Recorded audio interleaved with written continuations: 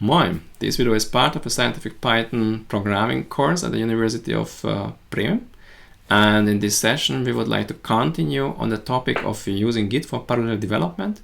In the previous session, if you remember, we have looked up how we can use Git for developing in parallel. That means in one repository having different branches where different features, different things can be implemented parallel, independent from each other, and then the changes depending when the feature is mature enough to be merged, to be applied to the official version, to the main version, to the master version, they can be merged into the master branch.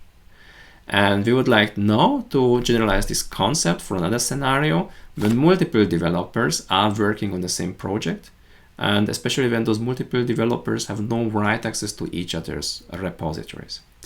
We are, as always, working in our Ubuntu environment, and the size, as always, you can download from the usual place. This is still lecture number 9, and basically we are now dealing with the second part where we have multiple repositories and multiple branches. So just to remind you, in the previous session we were basically covering this scenario, one repository with multiple branches, and now we want to do it a little bit differently with different repositories. Why is that? Why is this of interest?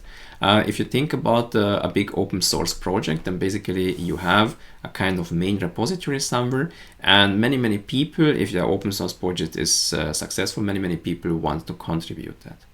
However, most of the people, the main developers of the code who has write access to this repository, they don't even know all those people, so therefore they definitely do not want blindly to give those people write access to their repository. So basically we have to find a way how we can coordinate development despite the fact that we are not allowing arbitrary people to write into our repository. And Git is very powerful, and Git offers many ways of basically doing that. And I would like to show you here one specific way how many open source projects are handled. And this is a way which can scale up to many contributors. This is maybe not the simplest way of doing this, although it's quite simple, but it's definitely a very de facto standard how many projects are handled. And if you learn that, you would be able to contribute, very easily contribute, at least from the Git side, to open source projects. And also if you start your own project, you have already a well-tested workflow which scales up very nicely up to many developers. Okay, so how does this workflow looks like? If you look at the slides here, it's demonstrated. The typical workflow is actually that you have many repositories. I will show here only 2 repositories. The upstream master repository, this is the official version of the project. So this is the repository you find on the website or a Git site of the project. And then basically there are contributors, one contributor here, or it can be hundreds of thousands of contributors around the world. And they have their own repository, and the important thing is that the contributors can never write into that repository, and usually also the people here cannot write into the contributors repository. So we have to find a way to synchronize the repositories nevertheless, and incorporating changes coming from the contributors into the official upstream version of the code. So how does it looks like? So basically here, just having an overview of the figure, the contributors are cloning the master repository, the upstream repository, and then they are treating it as if they were their own project. What does it mean? Exactly following the strategy which we have learned in the previous session. That means if you also have your own project, the master branch is only there for things which are mature enough, stable enough that you would be happy to give it away to others, and every new feature is developed in a separate feature branch. So basically the contributors would take this master branch and not change it, but whenever they want to implement a feature, they would basically make a feature branch and implement their feature. Now the big question is, that's fine, but how can this feature which they implemented at the end go into the official version?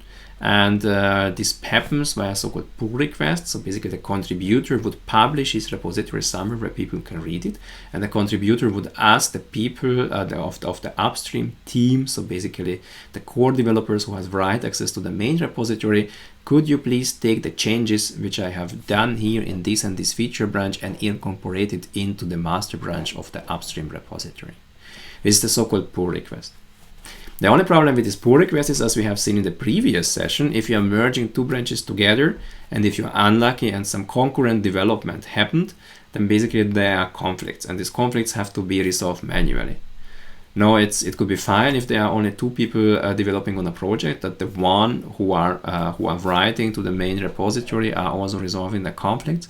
But if you think about the project with thousands of contributors, then basically the core team has definitely not the capability to resolve all the conflicts by hand by themselves. And therefore it would be important if we would find a way, or if we found a way that the contributors themselves can resolve those conflicts in at once, and indeed they can. They can, before they are asking the changes to be merged to the official version, they can once more update their master branch from the master branch of the original project. So basically their master branch is always a one-to-one copy, identical copy of the upstream master branch. And then whatever happened on the master branch, since the project was basically here launched, here the feature branch was launched, they are merging first into the feature branch. Because then at that point, this commit in the feature branch would contain both all the feature changes which the contributor would like to do and all the changes which happened on the official official project, on the master branch of the official project, since this branch was spun off. And then basically the contributor would ask the developer to merge this thing here to there. And the nice thing is then during that merge, if the people here are just reading out the repository of the contributor and merging the changes, basically no conflicts should happen. And that's basically the overview of what I'm planning to do with you in this session. So let's basically try to emulate this scenario and do it step by step so that you learn how to do that. We will make exactly the same project as the previous session, this very small toy project, but it should be enough to demonstrate the most important points in this workflow. Okay, so let's have a look. So first of all, we will just basically create the space where we can experiment with the project. So we are going in our Git demo directory, which we had before, and now I'm just creating a repository multi, which contains, because here we are demonstrating the concept of the multiple repositories and syncing multiple repositories with Git. I will just create here first a folder. The first folder would be basically the folder for the upstream team, so basically the official version of the project. And I will also create a folder, or I will just open a new tab here, a new tab, and here in my new tab I will just create also a directory. With Ctrl+Shift+T you can open a tab. I will just create a new directory, which is, let's call it contrib, which is a directory of the contributor. And in this tab I will just go to the contributor directory, and in this tab I will just go to the upstream directory. So basically, and this third tab, which was already here, I can just close. So basically I have two tabs here with control page up and page down. You can just switch between the tabs. In one tab I'm the upstream team, in the other tab I'm just a contributor.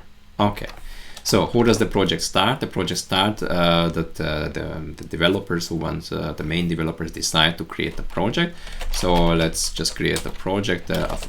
First let's create a folder for the project. This is the hello project. We are just initializing it, and with Git we are just adding a file to that. Let's make this file hello.py. I will not launch Spider now because we are just making some very trivial things, so I'm just writing in leafpad. And as in the previous session, the project would start with one single file which just prints hello. I didn't add the end of line, which usually you are supposed to do if you have a text file. So let's make here an end of line, so that we have an empty line here, because then if you cat it, you see it much better. Okay, perfect. Let's add hello.p to the repository, which we have done now, and then let's check it in with the message initial check-in. Right. Okay. and I will just start git-k for the upstream team to see how the history in the upstream repository looks like. Good. Now let's change the role. And so the project is on. That means maybe the project evolved already, and that's the state as it here is the state of the project now. And now I'm the contributor who just finds this project, for example, in the internet. I find it very interesting. I'm using it, and now I'm good enough. I would like to contribute back something, so donate my time and contribute to the project. So I would like to make some changes which are incorporated into the project. How can I do that? Basically, I can do that by cloning the original project. So I'm git clone, this command you know already. Usually when you clone something on a website or on a GitHub site, so a Git repository. Here the repository is already in our file system, so we will clone it from our file system. So I will say git clone, and then I will just clone the git demo multi upstream hello repository, I would like to name this repository, and we will see in a second what exactly I'm talking about. I would just name it upstream, right? Because this is the upstream repository. I would like to name it, if I'm referring to the repository, name it as upstream. So let's clone it, and then it was cloned into hello. And if you are entering in hello, we see that it contains one file, and the content of the file is exactly the same as in the other repository.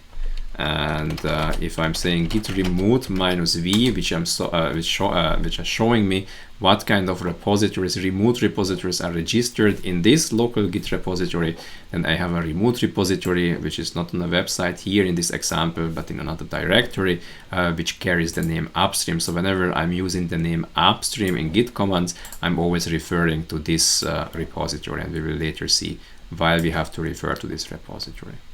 Let's have a look on the graphical representation of the Git history here. And of course, here there's nothing very exciting.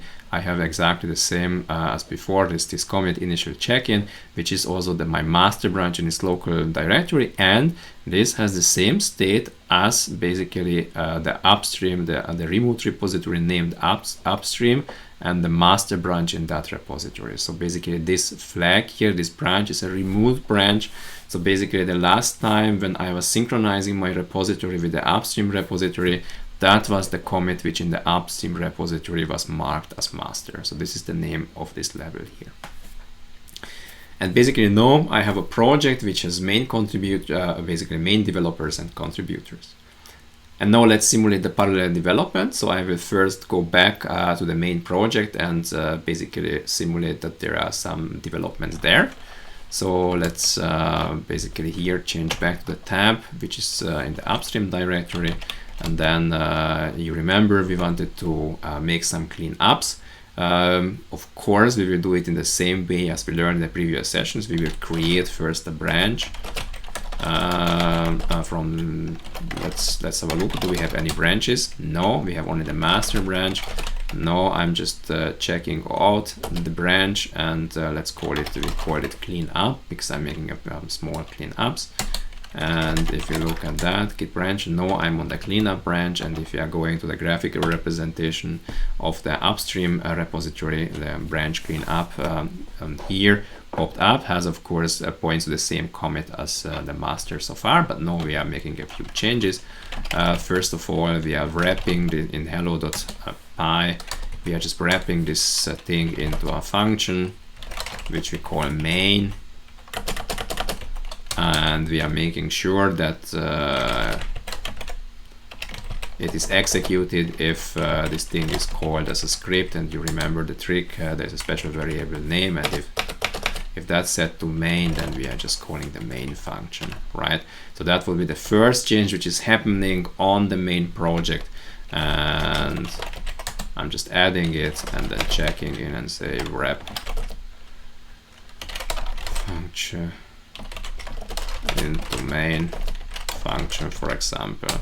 And then I will make a second change so that we can see what happens a little bit better. I will just add a readme file. As remember, every project should have a readme file. We will just make it an RST file. which should not contain pretty much just the name of the project and a short description. Project to demonstrate to Git's capabilities on parallel development. I think that's more than enough. That tells what the project is about. So if somebody finds it, know what purpose this project serves. And we are adding, of course, the readme.rst file, and then just checking it in git add readme file.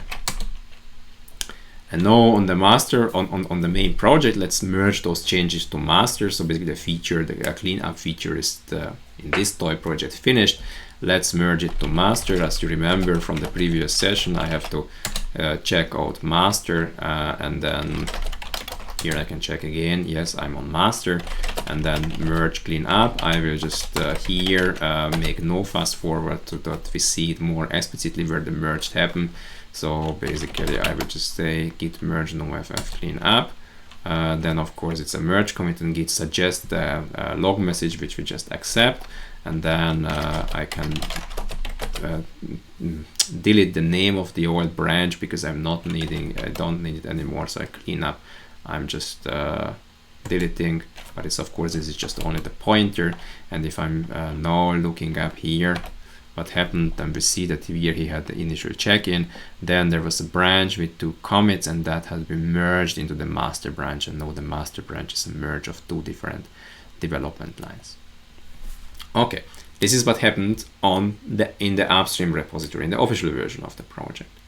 Now in the meantime, the contributor was, of course, hopefully also very diligent. So basically let's go to the contributor, and the contributor doesn't know at the moment what happens on the master branch because it's very busy with developing the feature. And of course, the developer has still the state when he or she synchronized the repository the last time. So basically here, if you look up how it looks like in the contributors repository, we have only one single comment, this initial check-in.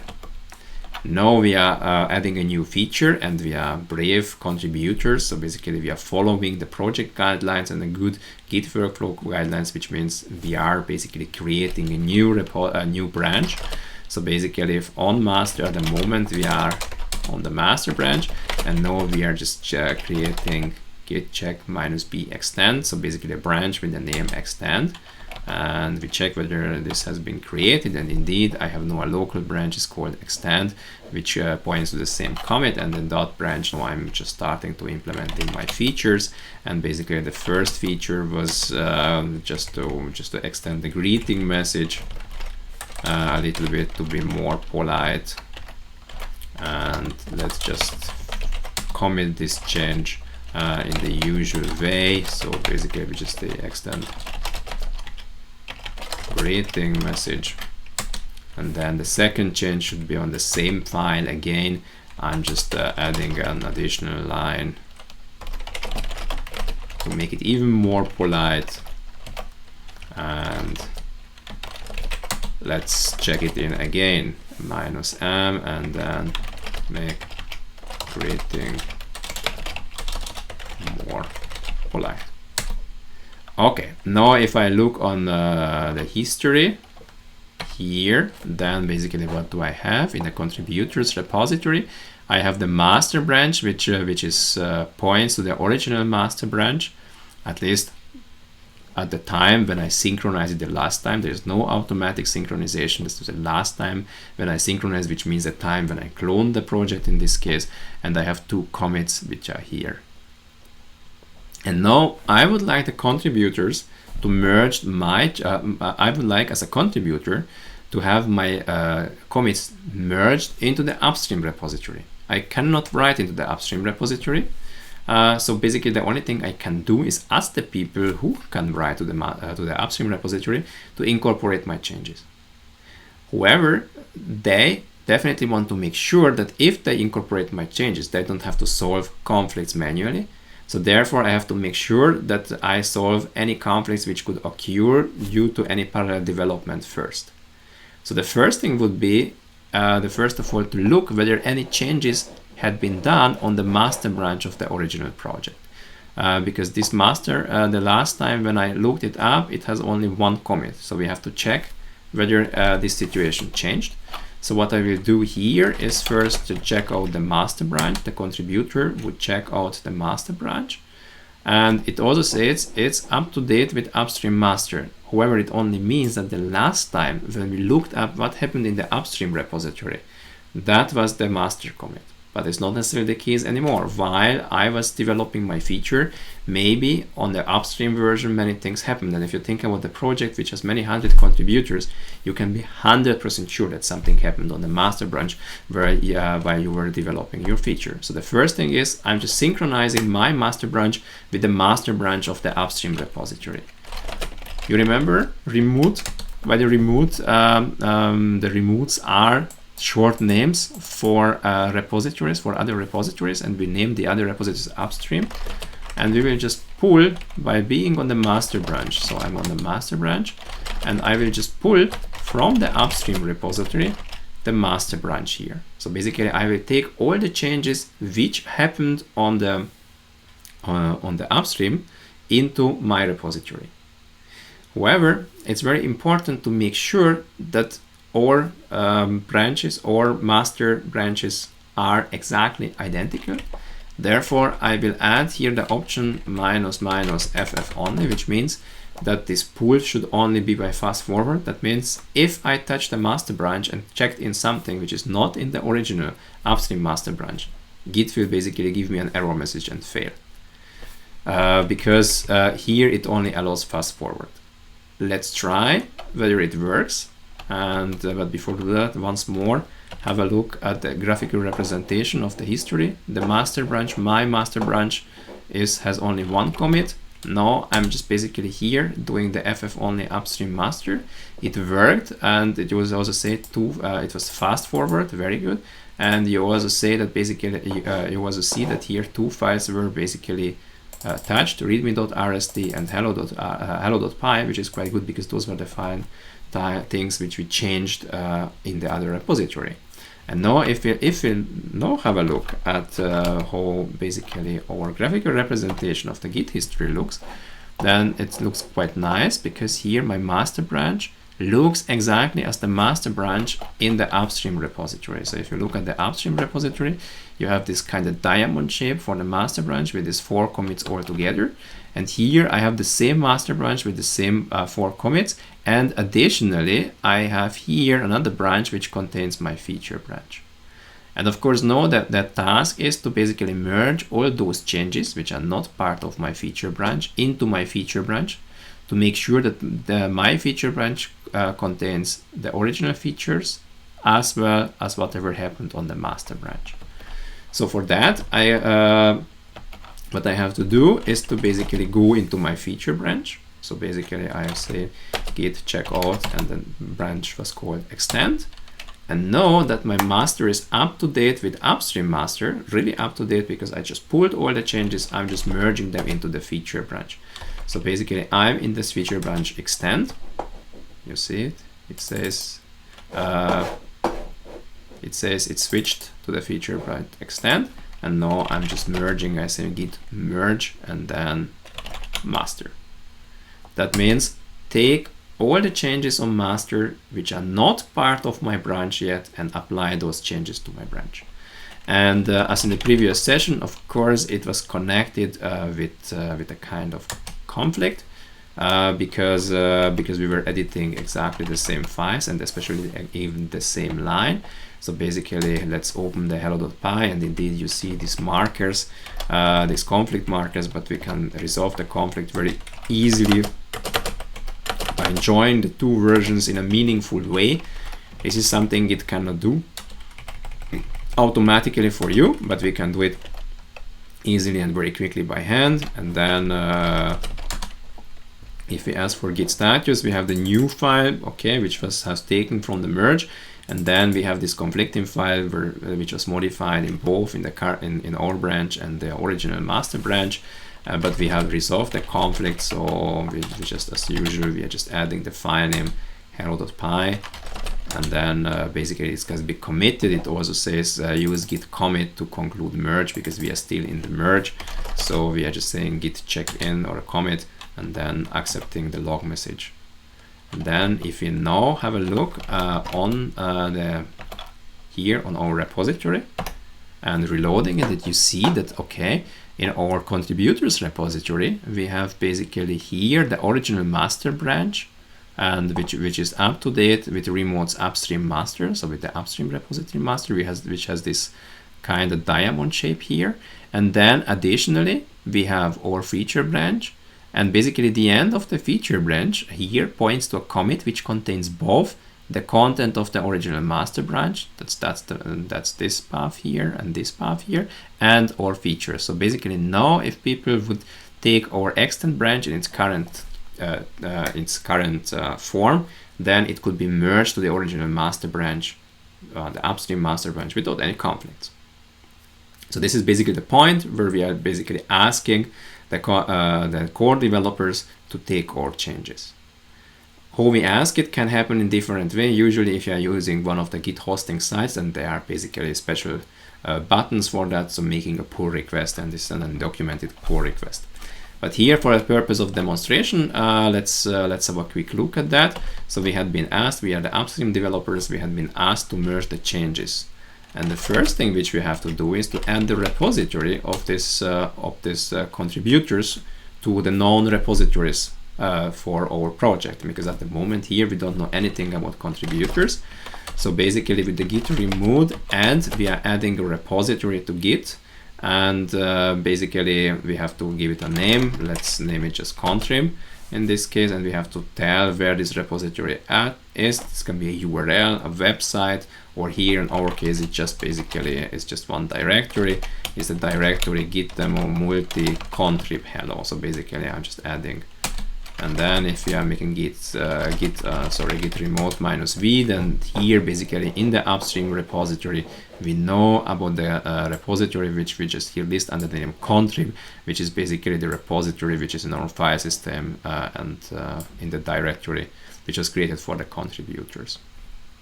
Okay, and then basically now what's the next thing? The contributors tells us which branch we should merge, and we should fetch the content of that branch. So the next thing would be to fetch from the contributors repository, so the remote repository which we named contrib, the branch, and the branch was called extend, right? So if you look up here at the sorry, just a second. Exactly, if you look up the remote repository, it's basically here the name extend, so the branch extend. So let's fetch the content of the branch extend. The content has been fetched, and it was Git also created a remote branch or a special branch named contrib/extend. And now in theory we can directly merge that. So basically we are now on the master branch. In theory we could say git merge contrib extend. However, maybe it will be a good idea before doing that to investigate the changes which this contributor did, just to be on the safe side. Maybe there are some changes which don't make any sense. So therefore let's first check it out, this repository, and we can just say check extend, and it will be automatically check out the extend repository. I mean, there's only one extend repository so far which is associated with the remote repository contrib, and it will basically create a local branch with exactly the same content. It also says, okay, branch extend set up to track remote branch extend from contrib. So basically our local branch has been associated with the branch extend from the repository contrib. And if we look at our here at our repository picture, then this is exactly what happened. Now the extend branch has been imported. It's called extend, so I can check into this branch, make changes, even check it in the upstream repository, and it is also associated with the extend branch in the contrib repository. And then basically we can investigate the changes, and it turns out, okay, I'm looking up the changes, all the tests are passing. If there were any tests, the readme file looks also fine. Hopefully that's the case, so I'm satisfied with that. So basically now let's check out master, the master branch, and then let's just merge it, and then I can say git merge. I will also use minus no fast forward. Also here basically it's not necessarily needed, but let's assume that the project here has the policy that all merges are made explicit. So git merge minus no ff, and what do I want to merge? I want to merge the extend branch, which is the same as contrib extend. And I'm on the master branch. I'm just executing that, and I'm just saying okay, merge branch extend, and then I'm accepting the log message, and that's it. And if you look at now how the repository of ours looks like, then you see that basically here the master branch here now has basically here this history. It was starting with initial check-in. Then the next thing on the master branch was basically here a commit coming from one development branch. It was the cleanup branch. And then here the next commit on the master branch is basically has been by merging in this commit, and this commit was basically a combination of here the feature changes of the extensions and whatever happened on the master branch before, and that has been merged to the master branch. So basically when we are here, we have basically all in our history. If we are going back in time along these graphs, then we have basically all the changes which we had in the upstream feature repository branch, and we have also all the changes which we had in the contributors feature branch. So basically we achieved the goal that the upstream repository has all the changes, including the changes of the contributors, despite the fact that the contributor could not write directly into the upstream repository. So we are almost all finished. We could maybe remove the name extend, because this local branch we don't need anymore. And then if you look it up, basically the name extend vanishes. If you want, if you even want to get rid of this name, removes contrib extend. So basically that means you want to get rid of the name contrib extend. You can say minus d minus r for remove, and then you can say contrib extend.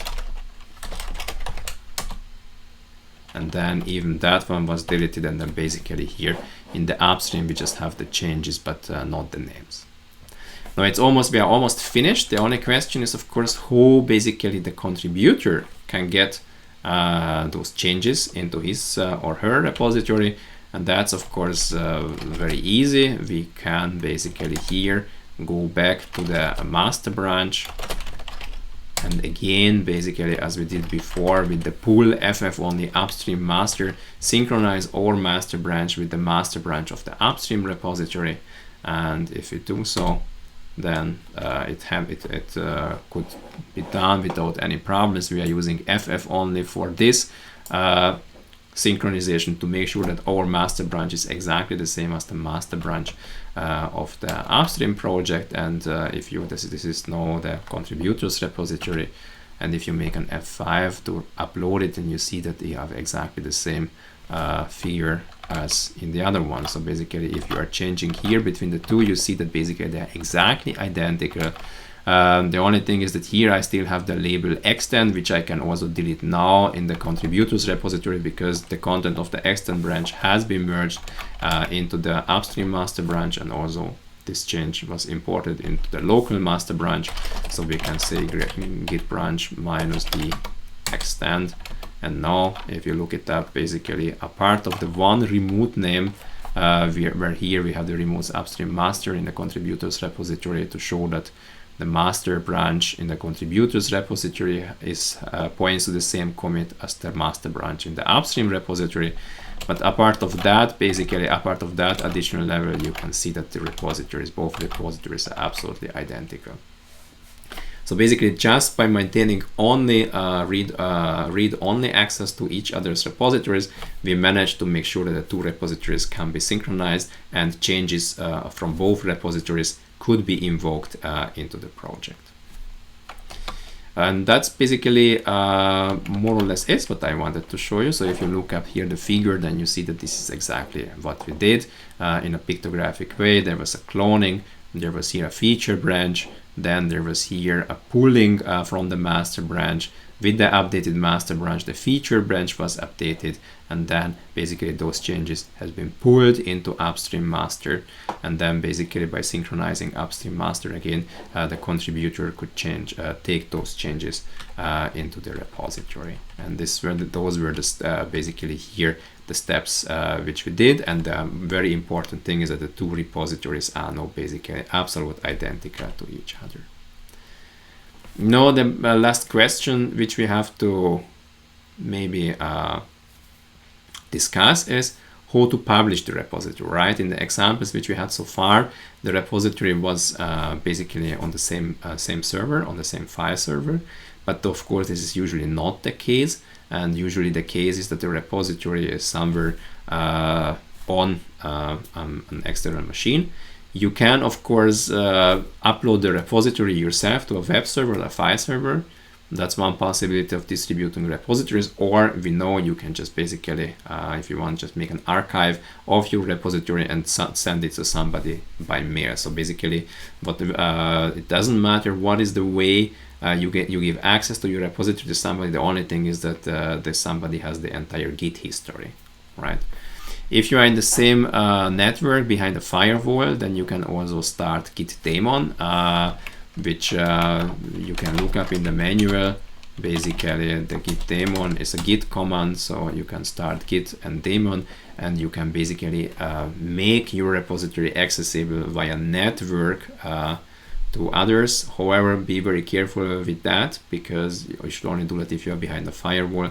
Because if you export that, then basically anybody can read your repositories who has access to the IP address, to the network, and to your computer. So this is something you can do, but you should be a little bit careful about that. And of course, the most convenient way, and what is basically de facto the standard for current open source projects, is to using a Git hosting site. Like GitHub, GitLab, and Bitbucket. Those are the three big players. Maybe GitHub is the biggest. GitLab is also quite big, and actually Bitbucket as well. Those are of course commercial providers with commercial interests, but usually they are offering free of charge service for open source projects and also for private projects or small projects. So and this is basically de facto GitHub and GitLab, and maybe partially also Bitbucket. But mostly the first two are the de facto standards for open source projects. So most open source projects are hosted in one of those two sites. And basically, if you want to contribute, that means that you find the projects there on those sites. But if you want to contribute, that also means that you would have to create an account on those sites. If you don't want to do so, it's also possible to host your own Git infrastructure, Git hosting infrastructure on your servers. You can use, for example, GitLab has a self-hosting version which you can download and install. This is basically up to you. The main thing is you have to find a way to basically to publish your repositories.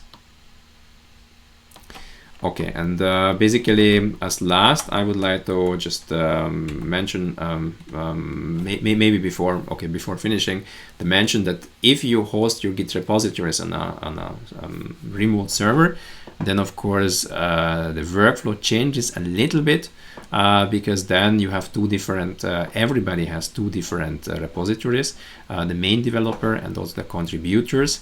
Because the contributor has because both of them have their repositories on the remote server, which is in the cloud, if you want to form it in a fancy way, but they are there so that everybody else can read that, and then they have their local repositories on which they are working in the local file system, as we are doing now with Git, and that would be basically on the local machine.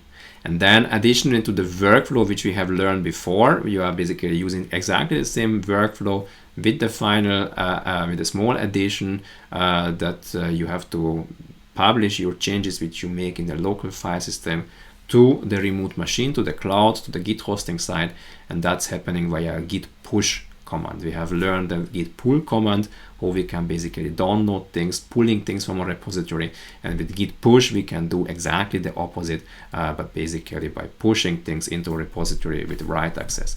And basically then what would happen is exactly that the contributors makes the contributions in a separate branch, but pushes that branch into his repository in the cloud on the Git hosting side, and then on the Git hosting sides it asks the upstream team to merge that changes, or makes a so-called pull request, and then the upstream team are basically merging, just pulling those changes either in the local repository or directly in the repository into the fork. That depends what they want to do with that, and then integrate that, and then the contributor can basically get that changes from the upstream repository again via pull, as we have learned. And this is basically a very well established workflow. And I would like to suggest you to basically read further documentation on those workflow, especially, for example, GitHub provides very nice guides how to deal with projects on GitHub. And if you read and understand that, you will be also able to make any project on GitLab on Bitbucket, because the principle how they work are exactly the same. Also, if you are contributing to a project, usually every project has its own workflow documented somewhere. So for example, if you want to see a live example, you could have the DFDB Plus project of our group. And then here we have an extra page where we are documenting the Git workflow. This is basically the common workflow. It's just document a little bit more details so that people know how to do that. And if you start your own project, please use one of the established workflows. The Git is absolutely flexible, so basically it can basically support almost any kind of workflow, but it would be good if you would pick one of the established one, because then people who wants to contribute to your project has a lower entry barrier to understand how you do things on the Git side. And basically the common one, which almost or in my opinion, almost all open source or most of the open source projects are currently following the so-called GitHub flow. And this is exactly this with the branching, making the feature branches and merging back to master. This is exactly what we have here looked at in the previous session and in this session. Also, talking about documentation, there's a free Git book. It's called Pro Git. And this is something you can download, and this is a book I would very much recommend to read. It contains many details about Git. You don't have to read the entire book because it also contains internal details. But if you really want to understand what happens when you are doing the Git commands, which I have shown you, this book is an excellent source, and basically you can get very profound Git knowledges by reading the relevant chapters. And last but not least, when we were merging, updating, if you just let's go back for one thing which I want to discuss here. When we were updating here, this thing here, when we were updating as contributors, we were updating our feature branch with the changes, the latest changes on upstream master. We were just merging the changes from master into the feature branch. However, I would like to tell you this is only one way of updating a branch with the changes on another branch, is merging it into that. And the other one is the so-called rebasing. I could basically ask Git to take all the changes here and starting from this point, make a new branch and applying all the changes here onto this commit. And this is the so-called rebasing. At the end, the result would be the same. I would have a repository which has all the necessary changes, which contains mine changes and the changes on the upstream repository.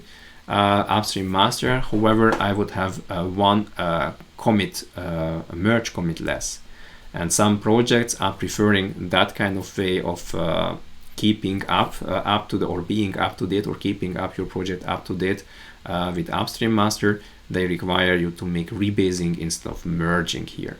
And this is something you should maybe look up. I didn't show it to you, and the reason for that is that rebasing is a little bit more complex than simple merging, and especially it has some special consequences because it's basically changing history, right? So basically it will create a new branch, deleting the old branch and reapplying changes by modifying history. which is fine, and but it can you should be a little bit careful by that. And therefore, if you want to do such kind of things, please just find some documentation internet about rebasing. There are a lot of tutorials and explanation also on that.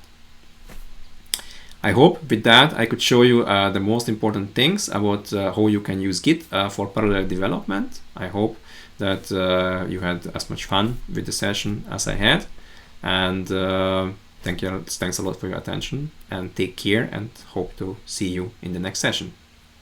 Bye bye.